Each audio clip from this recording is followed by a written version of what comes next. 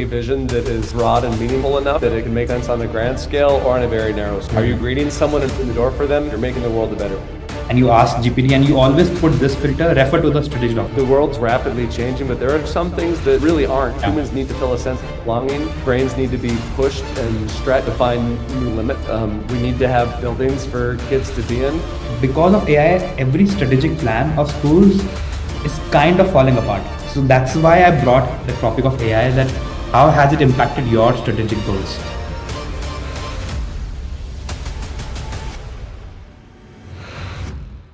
Welcome to TomoClub Podcast series, my fellow educators and school leaders. I'm Avinash Bansal, the co-founder of TomoClub. And today on our TomoClub Podcast series, we have the Superintendent of the American School of Asunción. Is that right? Asunción. I'm the Director General of the American School of Asunción. Perfect. Dr. Ben, and welcome to the show, Dr. Ben.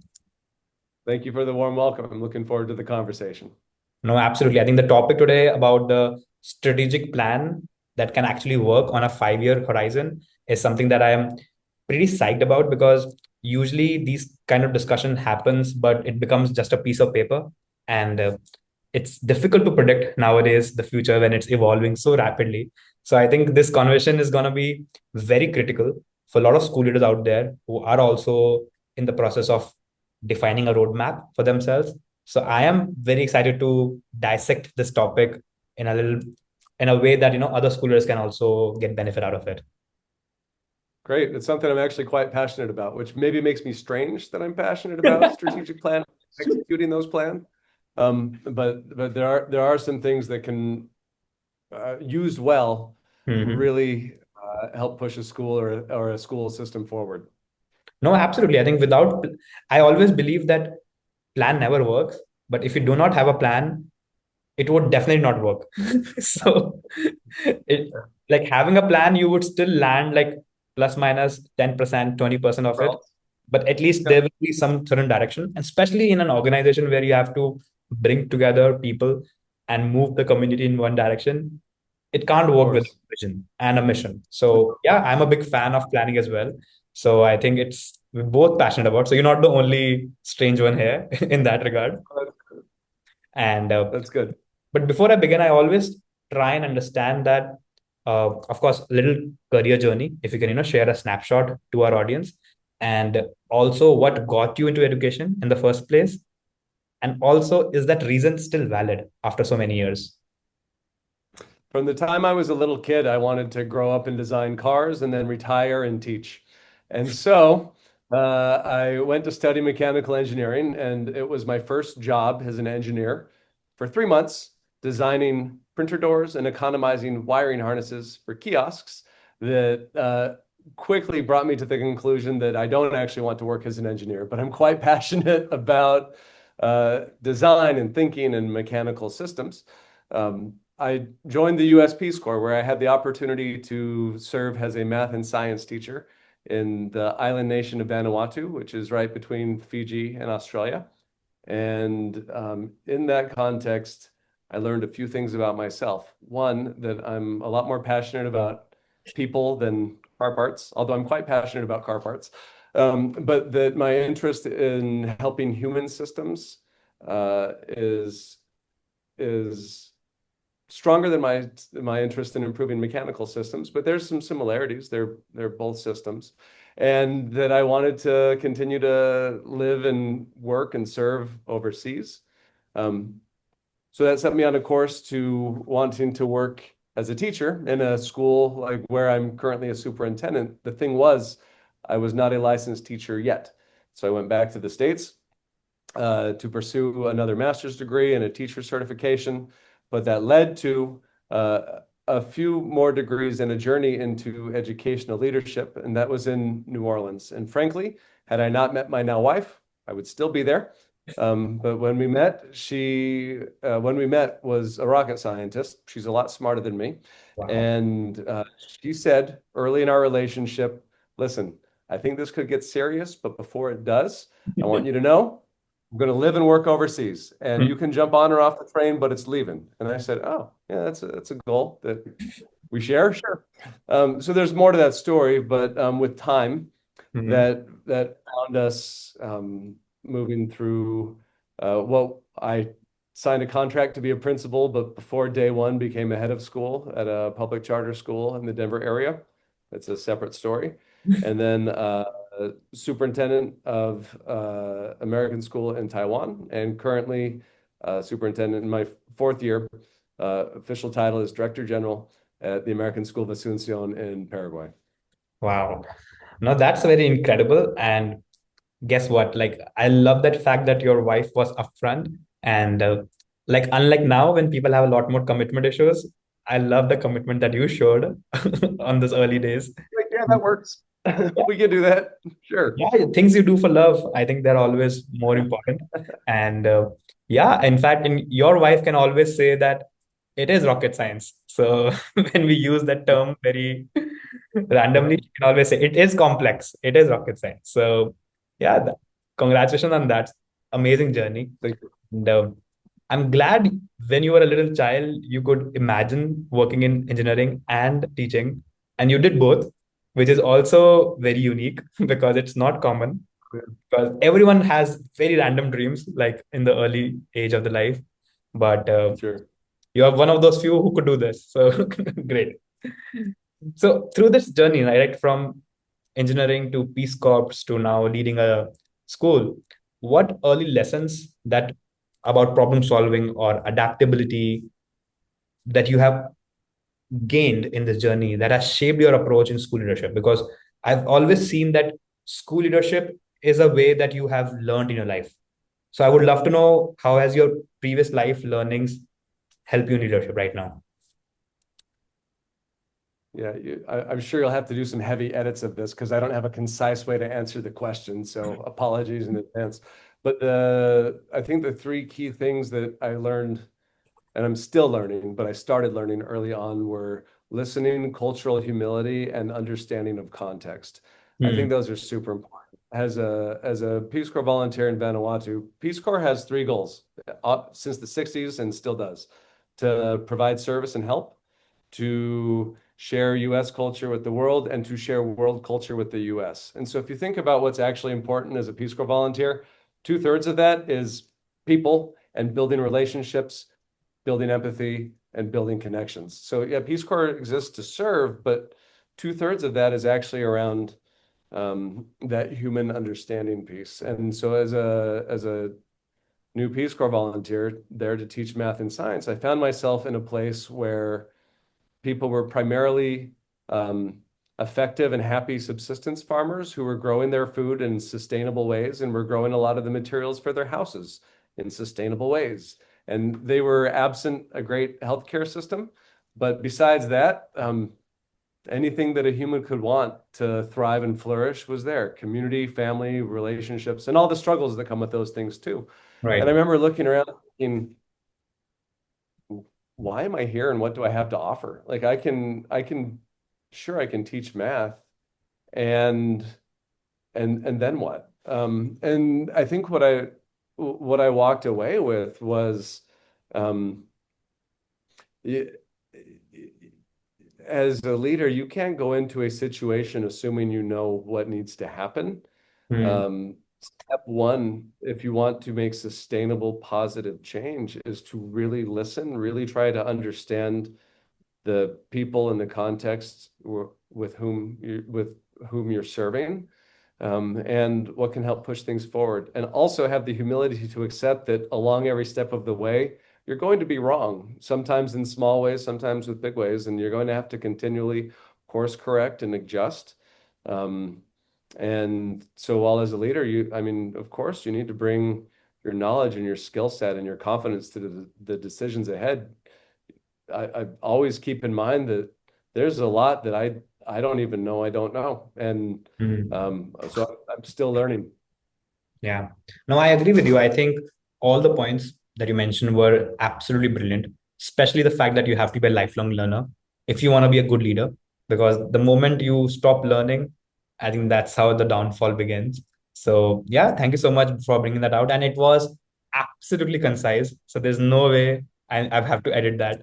And so, uh, let's talk about the 5-year plan thing, like what you did when you Yep. arrived at ASA in 2022. What were Yep. the three questions I would say, or what was your strategy, that you asked yourself or the board or the teachers? How do you start your strategic planning? I want to frame my answer and give a greater context, and then I want to directly answer your question, if Got that's it. Okay. okay. Yes. So in a corporate context, strategy is often something done by whoever's at the top of the org chart and board members, and sometimes corporate. That's in a vacuum, and the strategy might be private, it might be communicated, but it's usually not created by the entire organization, True. usually. Yeah. And results of that are then reported on a quarterly report or whatever the case may be.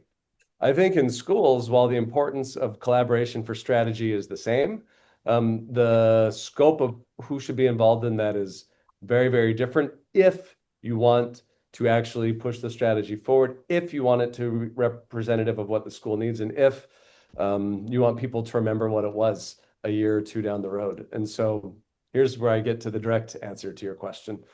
Um, when I started here, I inherited a recently revised strategic plan, and it was clear that there was a tremendous amount of thought and effort and data and calibration that went into it. And for me, it was hard to understand. It was a 7-tab, 8-tab Excel sheet document, and it was the fifth or sixth tab that listed what the goals were, and there were 12 of them. And so, and I take it really importantly because if this is our plan, this is our goals, it is my job to lead our school to execute this plan and to achieve these goals. And I was struggling with a lack of clarity, and I took a risk. This is a risk, and it worked positively, but it could have gone very sour. But in my second or third board meeting, we were talking about the plan and we were talking about the goals, and I kind of read the room and I paused and I said, listen. With all respect, I want to ask, can anyone at this table in 30 seconds tell me what our top 3 priorities in our plan are? Hmm. And there was silence. And I said, I want to be honest with you, I can't either. And I think that means that we need to start with a fresh slate. And I think we need to involve a lot of voices. And the board said, okay. I mean, it wasn't that simple, but we agreed to move forward together with that. And Hmm. so there's a lot of ways that you can plan. That can be led by a board chair, that can be led by a superintendent, that can be led by a facilitator. There's countless ways to do it. What we thoughtfully, intentionally, and deliberately chose was to bring in a team of 2 facilitators who would lead a community input process that Hmm. would then result in a plan that would be approved by the board. I mean, ultimately, a strategic plan in an international school is owned by, approved by, rejected by the board. And so it was the board that chose to have a large community process to do that. Can I talk about the process a little bit, or Absolutely, am I absolutely. going beyond? No, no, go ahead, go ahead. And so the summary of the process was we had a survey, we had focus groups, we looked at all the data, we created a plan. I mean, those were the stages. But what's important to know is that across our elementary, middle, and high school, at the time we had around 815 students. And so from 400 to 500 families, and at the time about 200 staff members. We had 650 survey responses. We had over 200 people participate in the focus groups. And the mixed group of students, staff, parents, board members, administration that put all that data together was 30 people. And it gave us 5 very clear priorities, which are culture and climate, whole school alignment, program development, facility redevelopment, and financial sustainability. And our finances are great. The idea was that that doesn't happen in the future on accident. We have to attend it. Right. But we came to those things, and here's what was surprising for me in that process in a really powerful way was often when schools or school districts or systems go into a strategic planning process, different sort of stakeholders in the community are thinking about and want different things. Yes.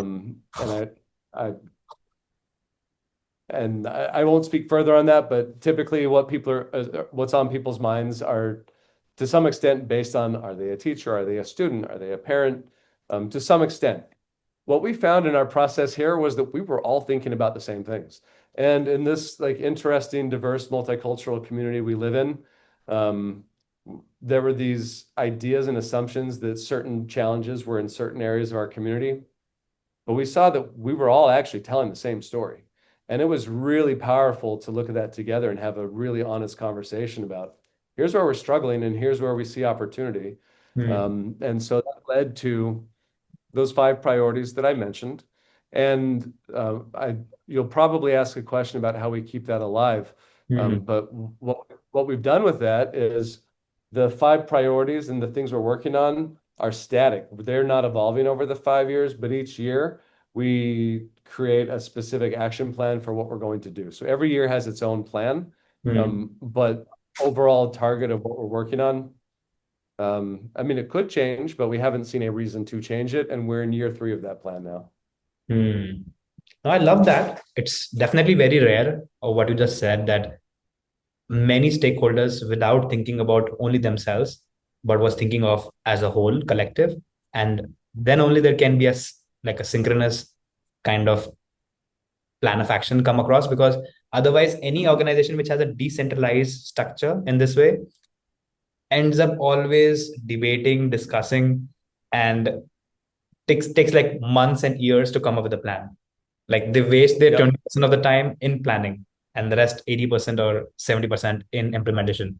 So yeah, I'm very impressed with that kind of synergy that you could find in your community. It took us about 4 months to decide how we wanted the process to go. So not to sound too office space, but our planning to plan took about 4 months. But then the actual creation of the plan was a 3-month process. And I mean, it was one of those things where when we saw it, we all kind of looked at it and said, "Yep, that's it," because I believe people's input was reflected in the plan. Hmm. No, absolutely. In fact, you in your explanation, like literally four or five of my other doubts got answered. You know, Oh, so I love that answer. I think that was very relevant. So I would move my energy towards the framework, the vision that you guys came up with. The four A's. I found that interesting. The I think it was. Can you explain about these four A's in detail? The academic, athletics, activities, and arts, and how sure. does that structure help you balance competencies while also managing strategic goals? Yep. I'm gonna I'm gonna kind of go like this, and Okay. then I'll get to the point. So thanks for your patience with that. So our vision as a school is that our students will make the world a better place. That's one of the reasons I accepted the job to come here, because to me, I like a vision that is broad and meaningful enough that it can make sense on a grand scale or on a very narrow scale. Are you Hmm. greeting someone and opening the door for them? You're making the world a better place. Are you negotiating with someone from a different culture that has very competing interests about some natural resources that are going to have implications for our climate, and you're entering into that conversation respectfully and knowing how to navigate it, you're making the world a better place. And Yeah. so for me, that's really guiding and helping us think through um, what sort of future adults are we helping our young people grow into. And so when we talk about our 4 A's, academics, athletics, arts, activities, that really just aligns with the holistic approach to learning and development. Because, and I say this as a former math and science teacher, and I'm actually an adjunct professor. I have been for a long time, teaching a graduate level course that includes statistics. So I'm still a math teacher. Um, so with that identified, I don't look at our work as teaching kids math. I Mhm. look at our work as preparing them to be able to flourish in a rapidly changing world where um, the nature of family connections and even the nature of economic relevance are shifting. And so when I think about what sorts of experiences can we put our young people, can we share with our young people, can we expect of our young people, those 4 A's in many ways are as So I feel like those 4 A's are as good of an attempt as any system can make at how are we thoughtfully providing these young minds with a lot of opportunities to grow in different ways, Mhm. academically, and you know the type of learning that happens in a physics classroom and the type of learning that happens on the basketball court are very different, but also very complementary. Right. Um, and so when I think to sum it up, to get to the direct point, um, the 4As are a useful framework to build a program to help young people grow into adults that will thrive. No, absolutely. In fact, I have taught high school physics as well. And I used to always take examples of sports activities because that was the fastest way to explain whether it's projectile or it is any kind of concepts around the force, mass diagrams, and all. So, yeah, I Sure. think having any kind of analogy is always easier. So, I would love to know out of these four A's, what really drives more engagement or what drives more enrollments, if it may. In our context, it's sports. And I mean, so we have it's around 810 students at the moment, and 630 of those are participating in one or more sports. If we look at total sports participations, it's around 1,300, 1,300. And so if, our elementary school is around 400, our middle school between 1 and 200, our high school between 2 and 300, around 200. And so if we look at that, our activity program is bigger than any of our individual school divisions. Mm, And I think context and demographics are important, so I want to share some. Of our students, about 65% are enrolled with Paraguay passports, around 18 or 19% with US passports, and the rest from 26 other countries. And some of our students, particularly the local ones, will start in preschool and will graduate in 12th grade. And so over the course of their time here, they build great relationships, friendships, they build strong social networks. And um, and we have a meaningful percentage of our students who come for a few years and then move on somewhere else because their parents are diplomats or executives or working with a nonprofit or whatever the case may be. And so one mm, of the things that we're always thinking about is how do students plug into a sense of belonging? How do students plug into social networks? Because yeah, they're going to come to class and they're going to learn to read and write, but they're going to be a lot more engaged if they feel like they belong. And mm, so the social connectedness is a piece of it. Um, yeah, I mentioned it's 630-ish of our 800 students that are participating in one or more sports. So for those that are doing that, even if they've just, this is their first time in Paraguay and they're just coming to our school, they have some immediate on-ramps to connection to belonging. But mm. also that means there's 180 students that are looking for other ways. Um, and we're finding some success with that, but I think it's an area of growth for us. I Mm, mentioned the fourth prong of our strategic plan is facility redevelopment. right. So part of our work last year was to create a 5, 10, 15-year facility master plan. I'm being non-succinct with the years because the plan is clear. We just don't know how long it'll take for sure. We'd like to do it faster, but our first project will be a performing arts center. And part of the effort behind that is how are we creating opportunities for all of our students to really have a way to engage and plug into school. Mm. No, I love that. I think especially now the skill set required from the employer side, it's pretty quickly evolving. The career readiness definition is so broad-minded right now, from the social emotional skills to working with AI. The future readiness is definitely much more uncertain than ever. So yeah, I love that fact that focusing on sports, focusing on performing arts, it's so important for students' overall development and not just academically. It's equally, or I would say right now, more important in a lot of schools that I talk to. So yeah, I love that idea that you guys are working with. In fact, I remember there was an American school back in India when I was studying there, and they used to have a great literature program, and it used to be like one of the most renowned in its own way. So yeah, I think especially with the set of students that coming, especially those kids who have exposure to so many different cultures, so many different languages, I think it is also equally tough. So one of my friend used to teach in an American school. in India, and like they have to do really hard work in terms of keeping up with the upskilling of themselves. So Yeah. tell me more about that aspect. How is the teacher training right now at your school? Yep, I will. Before I do, I want to highlight an important point that um, connects with the previous question, which is why does it matter? Because I mean, ultimately, our kids graduate, and what happens next? And for them, about half of them stay and go to universities in Paraguay, and about half go overseas. It's like 30 to 40% to the U.S. The rest to Europe, East Asia, other places in North America, and so that I mean they're moving forward with great academic success to some Mm, great places, and that is supported when kids feel like they're part of something. And mm, so, I mean, the point ultimately is preparing students for what comes next and having them ready for that. And that's why the pieces that I mentioned are so important because like that connects kids with school and drives them forward.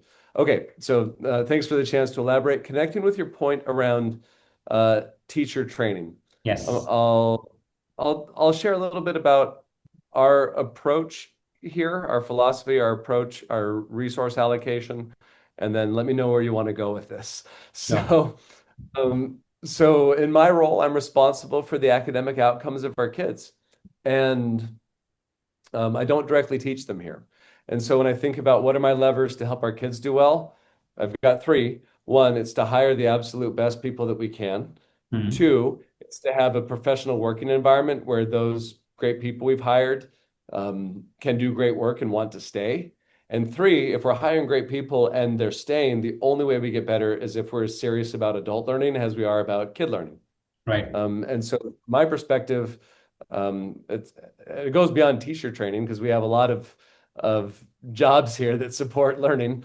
But from my so I'll call it adult learning. From my perspective, adult learning is just as important as student learning because they drive each other. So from a resource perspective here, and I inherited this, it's in our board policy that a minimum of 1.5% of our annual expenditures are for our annual budgeted expenditures are for professional development every year. I can't share the budget amounts, but I think it's a powerful statement that is actually in our policy that no matter who comes and goes, Mm, this is something that's going to be protected. So for us, there's a number of ways that we provide that.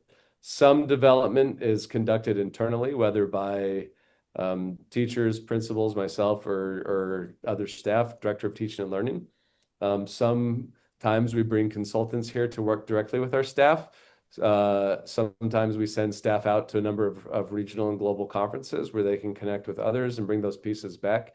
We are a member of AMISA, which is the American and International Schools in the Americas. And so there's a number of schools throughout the Americas that have a U.S. curriculum, and we're part of that. We're part of that network. They put on a number of really useful conferences for educators, for educational and operational leaders. So mm, we always have teams of teachers that are there. Matter of fact, in 2024, we hosted the regional or the for the Americas, the AMISA Educators Conference. mhm, So we had 350 people who might have never otherwise come to Paraguay right here at mm. our school, learning together with people like Dr. Eric Majeur. You mentioned physics. Well-known physics professor from Harvard was one of our speakers. Rosalind Wiseman, the Nice. author of Queen Bees and Wannabes that was later made into a movie script. She was here working Mm, with our families. Um, and so I feel like we make a strong effort to mhm, prioritize adult learning, but the why underneath it is I think even more important. Like we absolutely must. mm. No, I agree with that. And that's super interesting if you guys pull that off.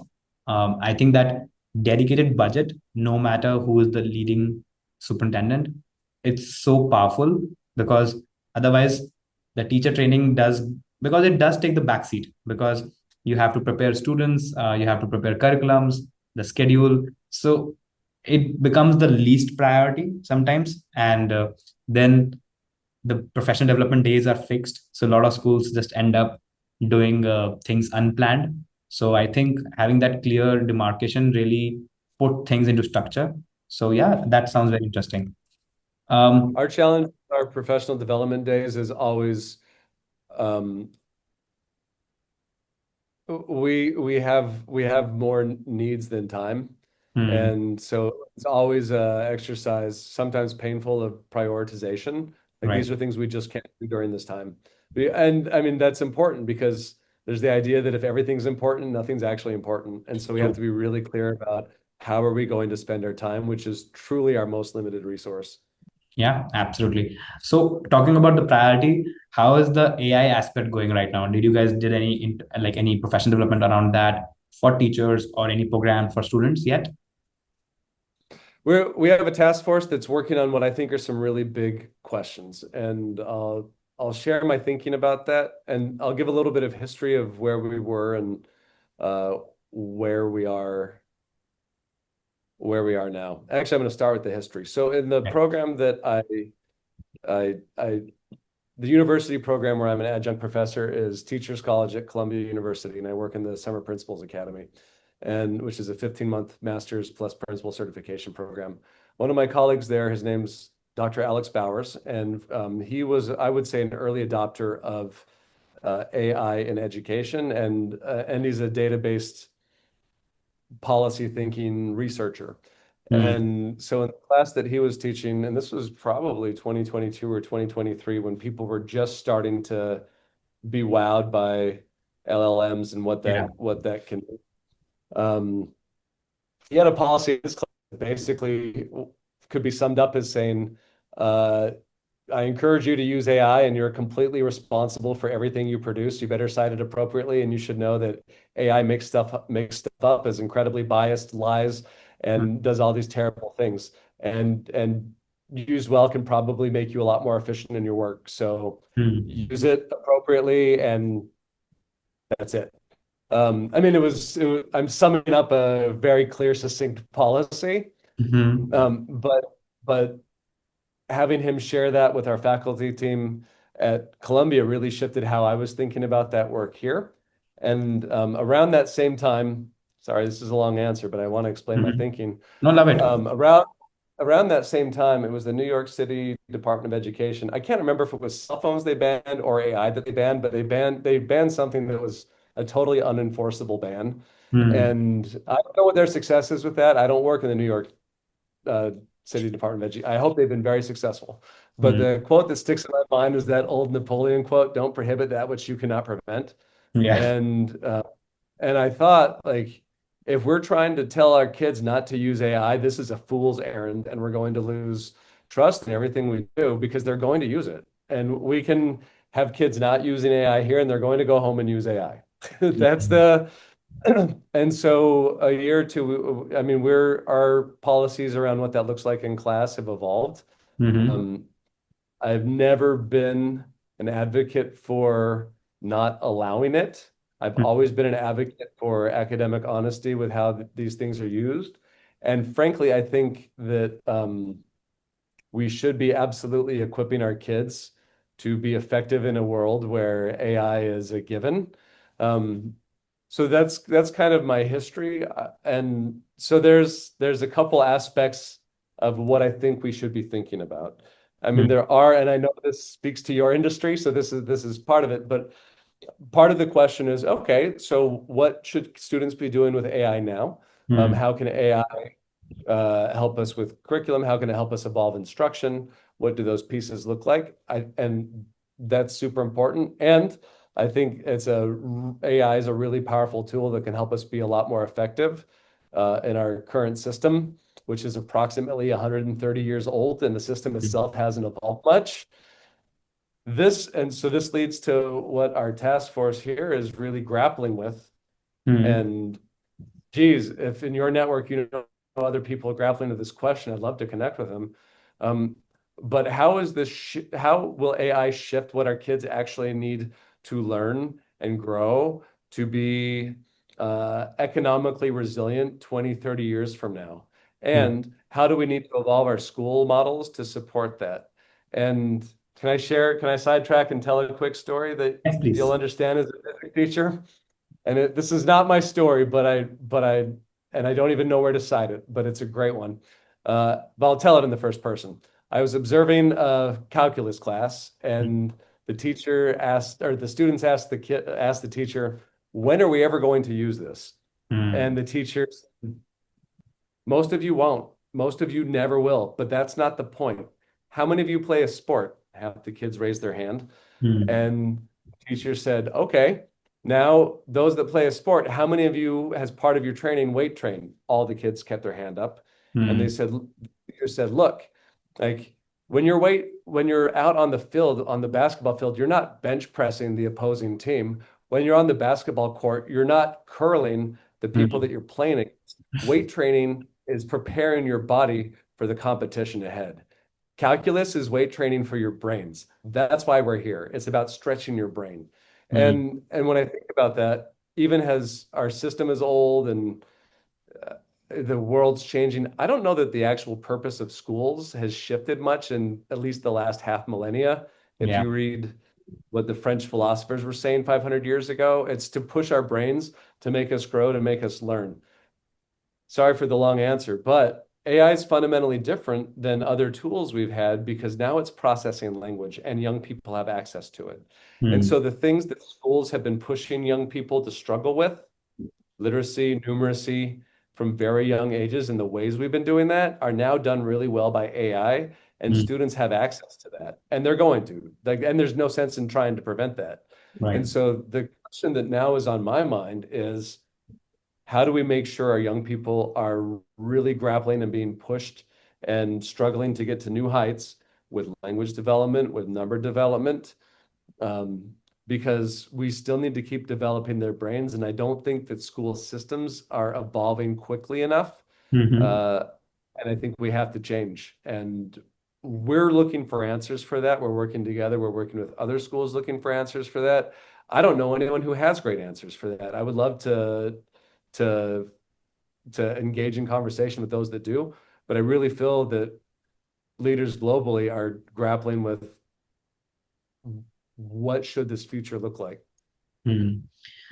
No, absolutely. I think, first of all, I love that answer. I always give that same answer to my like children around, like a lot of family friends, that education is not always about using the same concept in your life. It's about developing your acumen, broadening your possibilities, so that you can start looking at things differently. It's what's the whole intent of education is. And that's why even if you're learning history of certain revolution, or if you're learning about like cosmos, it's all about opening up your mind possibilities. So I appreciate that answer, and I always support that. Also on the AI front, I think a lot of things are happening. So I think future readiness can very well happen within the school. So it always has to start with teachers. How do you explain teachers to use it first effectively for them, and how do you teach students to use it responsibly, not just by in words but in actions. So you actually conduct those sessions.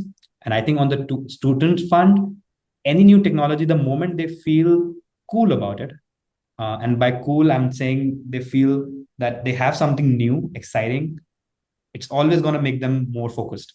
So they are at the cusp where if you would nudge them in the right direction and they start thinking AI just like an superhero suit, and they will think that they have a new power. And of course, with power, we have to explain the responsibility angle, but then they will not look at that power as a outsourcing agent. They will not think of being lazy. They'll think of being much more powerful with it. So if they have interest in music, if they have interest in science, they can double down, triple down at much quicker speed. At like they can really ignite their curiosity to certain next level, and that too without any added cost, without any asking their parents about it, how to spend money on it. So I think giving those right direction. So we work with a lot of schools on that. So I think I have a lot of answers, but I'll keep this right now focused on the podcast. Why I also brought up AI in this topic is that because of AI, every strategic plan of schools is kind of falling apart. Uh, because the job market or the students' needs, the students' expectations are changing. Even from a parent point of view, when they're looking at school, they're looking at the school from a different lens because Yep. the curriculum, the direct instruction, assignments, assessment, a rubric, standardized testing, they are getting more and more commoditized. So parents Yep. want a school where kids want to go to have fun and have better conversation, better overall development. So that's why I brought the topic of AI, that how has it impacted your strategic goals? Yeah, no, that's a great question. I'm a passionate advocate that when you're setting multi-year plans, that your big picture goals need to be timeless to some extent and Mhm. timely to some extent. And so, I mean, I mentioned our five goals: culture and climate, program development, alignment, facility redevelopment, financial sustainability. Um, in many ways, the rapid evolution of AI and knowledge is extremely compatible with our plan, and our plan helps guide our thinking about that. I mean, with our program development being one of our five top priorities, it it creates a context where any discussion about how we evolve our program is aligned with our strategic goals. And so having those conversations about what do we need to change and why, like is not a that's not a distraction. That is our actual work. Okay, that's great. When we're talking about facility redevelopment, the way that schools are right now is based on how they've been for 130 years. Mhm. And we're having conversation, and what we build now will probably be here for the next 50 to 60 years. And so our conversations are very much what do we need to build so that this makes sense in the world that our students 10, 20, 30 years will be living. Financial sustainability for any organization is timeless. Mhm. Um, when we're talking about culture and climate and sense of belonging, that is timeless. And and so in many ways, our plan from the get-go when the priorities emerged. And I didn't inject my own, it has to be timeless and timely. But when I saw those priorities line up, I thought this is great because this really makes sense right now and it's going to make sense in 5 years, particularly if we're creating annual plans every year to drive that. The other piece I, that's related, but we have an information technology strategic plan. Mhm. And when we were really thinking, and IT evolves remarkably quick. And so when we were trying to figure out, okay, if we're going to set a long-term plan, what sort of goals should we set? We came to our three I's: integrity, innovation. Well, I'm forgetting the other I, but it was around bandwidth, um, infrastructure. And when we looked at it, we're like, no matter what happens, we're going to need more bandwidth in the future. We're certain of that. And so whatever we're planning for IT, we should be focusing on more bandwidth and stronger infrastructure because we'll have to have it. Mhm. We should be focusing on a more cohesive user experience, and we should be focusing on a tighter data security experience because that environment is only getting more and more complex. And we can be reasonably assured that we're going to need to continue focusing on those things for 3 to 4 years. So these make sense as far as strategic priorities. So my take on that is if you're creating or if you have a plan that is purely timely and only in the moment, might be a good time to revisit your plan and think about like, I mean, the world's rapidly changing, but there are some things that really aren't. Like Yeah. humans need to feel a sense of belonging, brains need to be pushed and stretched to find new limits. We need to have buildings for kids to be in. And Mhm. so, I mean, that's how I think about it. I mean, our five priorities really, when they'll still make sense in a few years, but I mean, every year, this year, our board in our retreat sets a specific goal and action plan around facility redevelopment and financial sustainability, and our leadership team, together with staff, set goals around culture and climate, whole school development, or program development and whole school alignment. And so I, I, I think it's important to have long-term priorities that are timeless with timely goals. No, that's a good filter. I think I'll think about it when I am also like I'm gonna revisit my strategic plan of my company after this call, and I'll see Oh, if good. if the goals that we have set up are they um, situation agnostic, and are they gonna be relevant even if there's a massive transition in the technology shift or massive change in our Yeah. customer profile, something like that. So I'll think about that angle. I have an idea. I, Sorry. okay. I want to say one thing. I think it's fine for goals to shift. I think where you make continued progress is when you can keep your priorities consistent Hmm. for some period of time. Like, yeah, our goals are shifting because we've made progress or because circumstances have changed. Okay. But we're still working towards the same thing. Like when you have some clear guiding stars, I think that, or whatever you want to call them, I think that is what helps those plans. Sorry, please continue. No, love it, love it. In fact, I have one suggestion that this we did at our own company. I'm not sure which LLM you use, Gemini or ChatGPT or anything.